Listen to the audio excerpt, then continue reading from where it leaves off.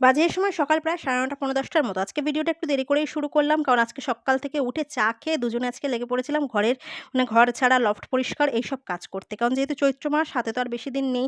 এই মাসে তো ঝাড়া মোছার একটা ব্যাপার থাকে। মোটামুটি সবই হয়ে এসছে। এবার একটু পর্দাগুলো কাচা আর টুকটাক কিছু একটু এদিক ওদিক করে বাকি আছে।